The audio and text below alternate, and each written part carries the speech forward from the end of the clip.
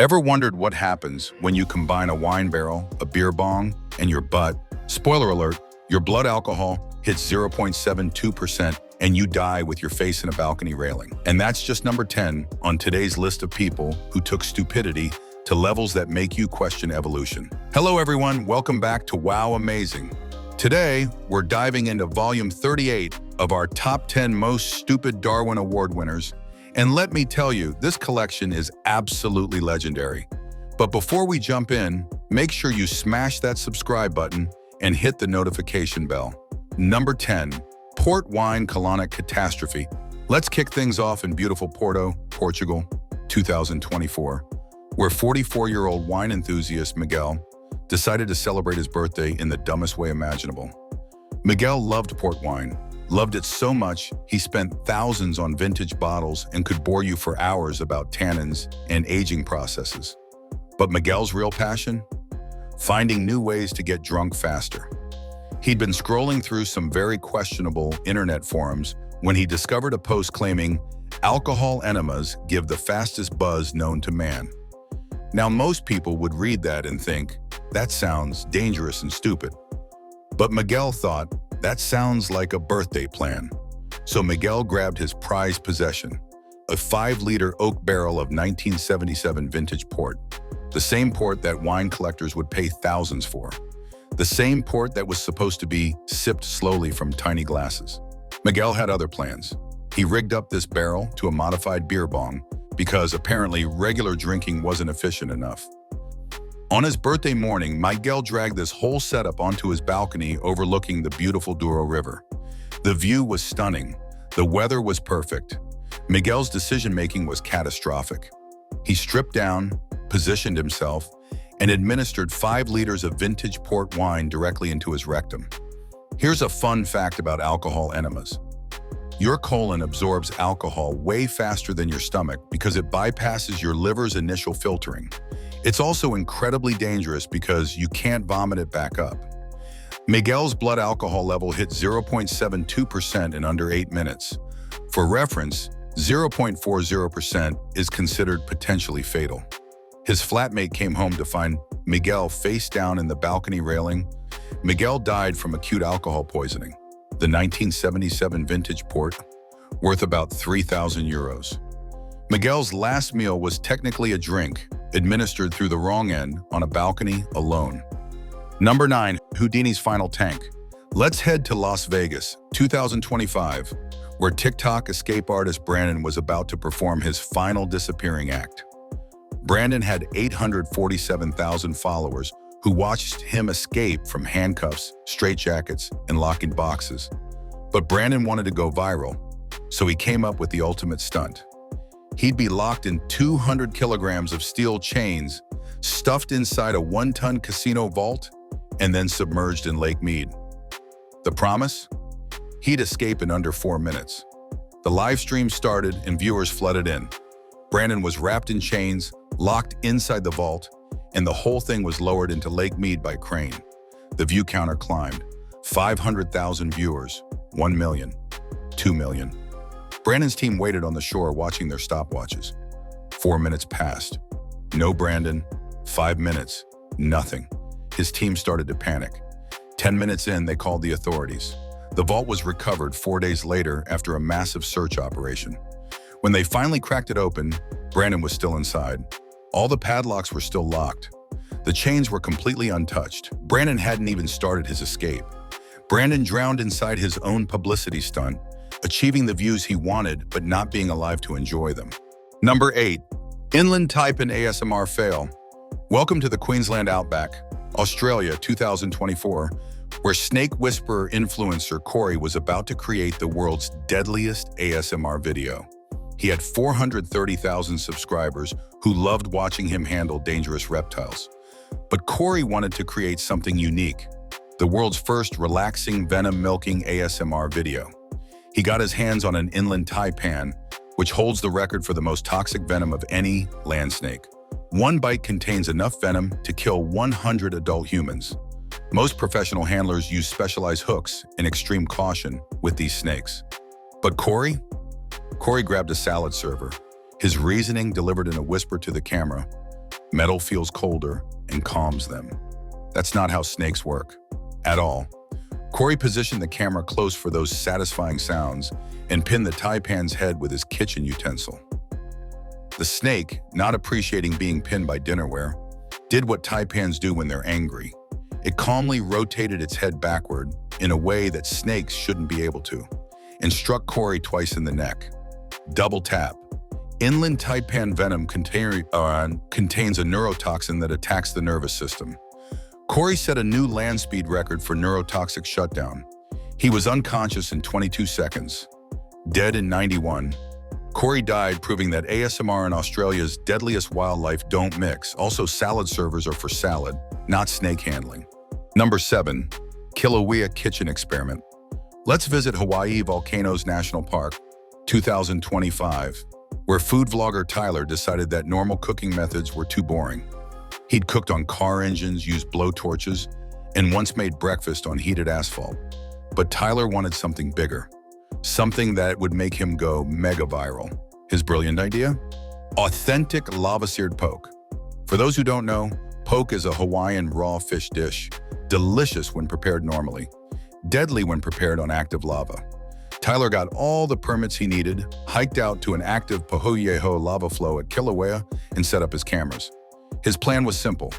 Rappel down 15 meters to get close to the 1,100 degrees Celsius lava, balance his cast iron skillet on the molten rock, and sear some ahi tuna with soy sauce. Most people would realize this is insane. He rappelled down, got his footing on a rock ledge, and carefully positioned his skillet directly on the glowing lava flow. So far, so stupid. Then Tyler poured in his soy sauce and chunks of ahi tuna. Here's a science lesson Tyler should have learned in school. When water hits something that's 1,100 degrees Celsius, it doesn't just evaporate, it explodes. The water content in the soy sauce and fish flash-boiled instantly, creating a violent steam explosion. The cast iron skillet launched into the air like a frying pan rocket. Molten lava droplets sprayed everywhere. Tyler was painted in superheated volcanic glass and flash-fried fish. He fell backward off his ledge, rappel rope melting from the heat, and tumbled into the lava flow. Number 6. Grenade Juggling 101. Let's head to the Syrian desert, 2023, where a militia training day was about to go very, very wrong. Meet our new recruit, whose name has been lost to history, but whose mistake definitely hasn't. It was his first day of weapons training. The sergeant was demonstrating proper grenade handling. Very simple instructions. Pull the pin, throw the grenade, count to 3, take cover. Even a child could understand this. The recruit, confident and eager to impress, volunteered to go first. The sergeant handed him a live grenade. Pull, throw, count to 3, yai, the sergeant repeated. The recruit nodded enthusiastically. He grabbed the grenade, pulled the pin, and then froze. Completely froze. His brain apparently short-circuited between pull and throw. The other recruits started yelling. The sergeant started screaming. The recruit, in his panic, looked at the pin in his hand and the grenade in his other hand. His brain made a catastrophic decision. He hurled the pin at the enemy position 50 meters away. With all his strength, perfect throw, really. Meanwhile, he continued politely holding on to the live grenade. The sergeant's last words, delivered in exasperated disbelief, were, "Wrong one, genius." The grenade exploded 3 seconds later. The recruit died instantly. Unfortunately, so did the sergeant and 2 other trainees who were standing too close. The pin was found 50 meters away, perfectly positioned near the enemy target. If only the recruit had thrown the right thing. This story became legendary in military training around the world as the ultimate example of what not to do. Some training manuals literally include this story with the caption, "Don't be this guy." The recruit wanted to make an impression on his first day. He succeeded, just not the way he'd hoped. Number 5. Witch's Brew Bath Bomb. Welcome to rural Hungary, 2024, where an elderly farmer named István was absolutely convinced his neighbor had hexed his pigs. István's pigs were sick.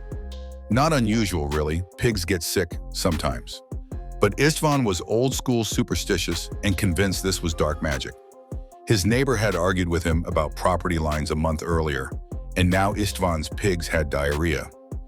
clearly this was witchcraft. Istvan consulted another elderly farmer who claimed to know the old ways. This guy gave Istvan instructions for a counter-curse protection ritual. The ritual required 1 slaughtered goat, the family's antique copper kettle, various protective herbs, complete immersion. Most people would consult a veterinarian. Istvan consulted medieval folklore. He slaughtered his best goat, drained its blood into the 200-year-old family copper kettle, added his mystery herbs, and brought the whole mixture to a rolling boil. We're talking 110 degrees Celsius of bubbling goat blood. Then came the crucial step.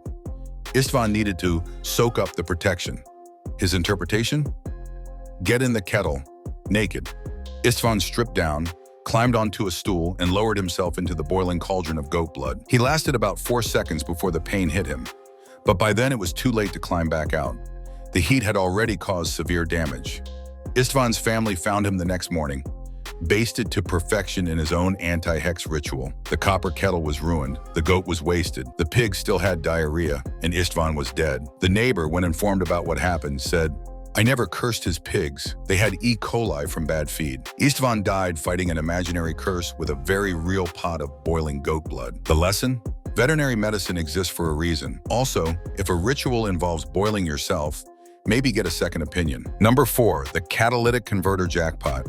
Let's head to Detroit 2023, where unemployed mechanic Ray thought he'd found the perfect get-rich-quick scheme. Ray had been struggling for months when he learned that catalytic converters were selling for $200 to $800 at scrapyards. The precious metals inside made them valuable. Ray started stealing them from cars at night with a cordless saw. Easy money. But Ray got greedy.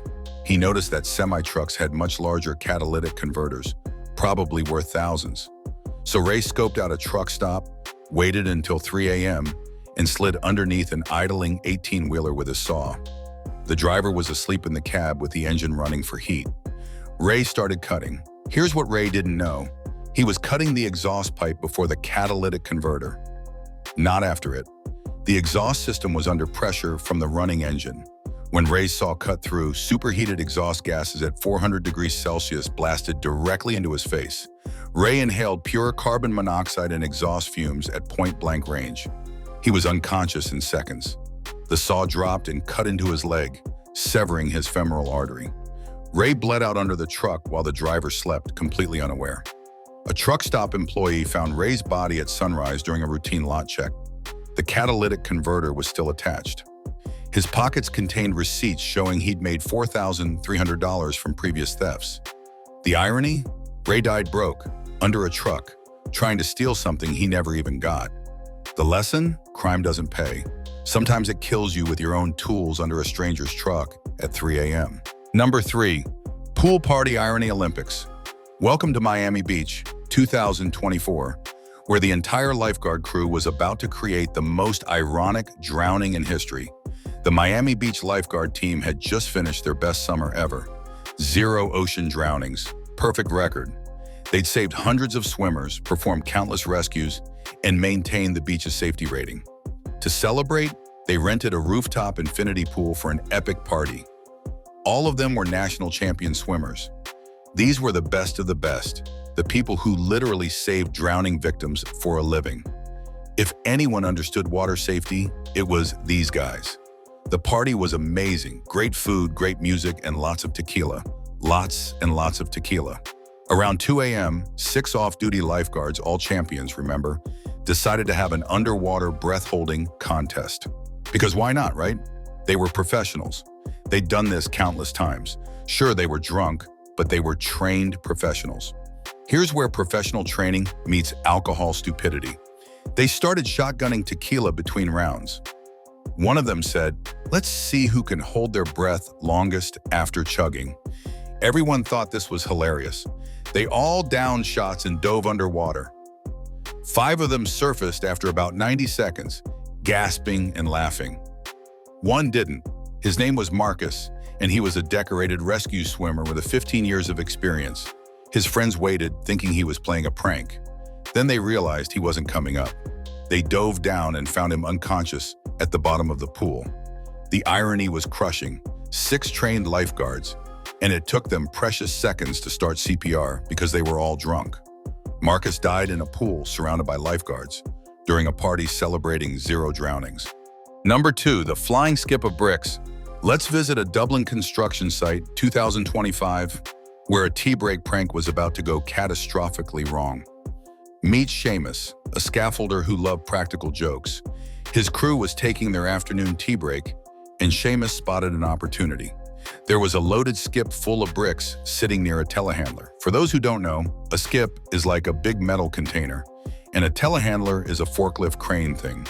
The skip weighed about 400 kilograms, full of bricks. Seamus had a brilliant idea for a prank. He'd tie the skip to the telehandler fork and watch his mates' reactions when they saw it dangling there. Harmless fun, right? So Seamus attached heavy chains to the skip and connected them to the telehandler. What Seamus didn't see was his coworkers quietly noticing what he was doing, and they decided to counter-prank him. While Seamus was busy setting up his joke, his mates chained the other end of the skip to a moving cement mixer. The mixer was running, slowly trundling across the site. Seamus finished his setup and stepped back to admire his work. Then he walked underneath the skip to film the whole thing on his phone for social media. That's when the cement mixer, still connected to the skip with those chains, pulled away. Physics took over. The skip launched skyward like a medieval trebuchet. 400 kilograms of bricks and metal catapulted into the air. The force ripped the entire telehandler jib clean off. The skip reached its maximum height and then obeyed gravity. It came down, directly on top of Seamus, who was still underneath, still filming. Seamus died instantly, crushed by his own prank equipment, weighted with 400 kilograms of bricks. His phone survived and kept recording.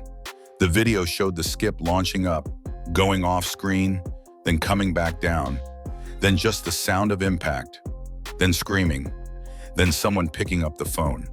The last frame showed Seamus's hand, still gripping his phone, sticking out from under a pile of bricks. Seamus wanted to create funny content. He created a workplace safety training video instead. Number 1, petrol vape check. And now our number 1 spot, rural Poland, 2024, where a tractor mechanic named Pavel was about to turn a simple task into a fireworks display. Pavel was a decent mechanic. He knew tractors, understood engines, and could fix most problems. But on this particular evening, he needed to siphon some diesel from an old rusty tank in his barn. The tank had been sitting there for years, and Pavel needed fuel for his tractor. Standard procedure, use a siphon hose. Pavel decided to use the old-fashioned method, mouth siphoning. You know, where you suck on a hose until the liquid starts flowing. Not the safest method, but people do it. Pavel got the flow going, and diesel started transferring. Then it stopped. The hose was clogged or there was an air pocket. Pavel needed to see what was wrong. The barn was dark, and Pavel had left his flashlight in the house. Most people would walk 20 feet to get the flashlight. But Pavel had something in his pocket, his disposable vape. You know where this is going. Pavel looked at the rusty diesel tank and thought, vape for half second to see in the didis. Here's what Pavel forgot. Old diesel tanks often contain diesel vapors, which are extremely flammable. Also, diesel is often mixed with gasoline to make it easier to ignite in cold weather. And Pavel's barn had terrible ventilation, meaning those vapors had been building up. Pavel clicked his vape lighter and held it near the opening of the tank. For just a half second. That half second was enough. The explosion lit up the Polish countryside like New Year's Eve. The barn basically disintegrated. Pavel was thrown 30 feet backward, engulfed in flames. Neighbors saw the flash and heard the boom from a mile away. By the time they reached Pavel's property, there was nothing but a crater where the barn used to be. Pavel died instantly in the blast, but his phone survived, sitting in the crater, screen cracked but still functional. And it was buzzing. Incoming call displayed on the screen. Mamusia, that's Polish for mom. Pavel's mom was calling to ask if he wanted to come over for dinner. Instead, she got a call from the police informing her that her son had vaporized himself trying to look inside a diesel tank with his vape. Bonus entry, cable car cowboy. Just when you thought we were done, we've got one more bonus story from the Swiss Alps, 2025. That'll make you terrified of heights. Meet it, our adrenaline junkie, 26-year-old Chase, an American influencer who specialized in extreme roof-topping. Chase had climbed skyscrapers, bridges, and radio towers, always filming himself doing dangerous stunts at terrifying heights. But Chase wanted something new, something nobody had done before. His idea, roof riding a moving aerial tramway cabin in the Swiss Alps at 3,000 meters elevation. Chase bought a ticket for a cable car that transported tourists to a mountain resort. Normal people ride inside the cabin, enjoying the view through windows. Chase had other plans. While the cabin was loading passengers, Chase snuck around back and climbed onto the roof. The cabin started moving, suspended by cables, gliding over the Alpine Valley. Chase got his GoPro ready, positioned himself, and started his epic content. "Roof riding at 3,000 meters, baby," he yelled into the camera. The views were absolutely stunning. The danger was absolutely real. He stood up, fully stood up, arms spread wide, GoPro mounted on a selfie stick. What Chase didn't account for was the support cable that ran parallel to the main cable, the one that was exactly head height when standing on the cabin roof.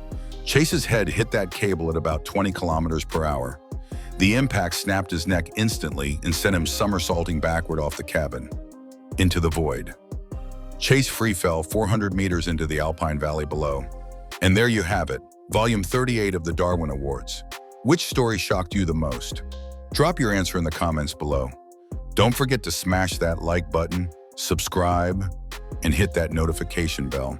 Share this with someone who needs a lesson in common sense. Or better yet, share it with someone who thinks they're invincible. Until next time, stay safe, stay smart, and for the love of everything holy, don't try anything you saw in this video.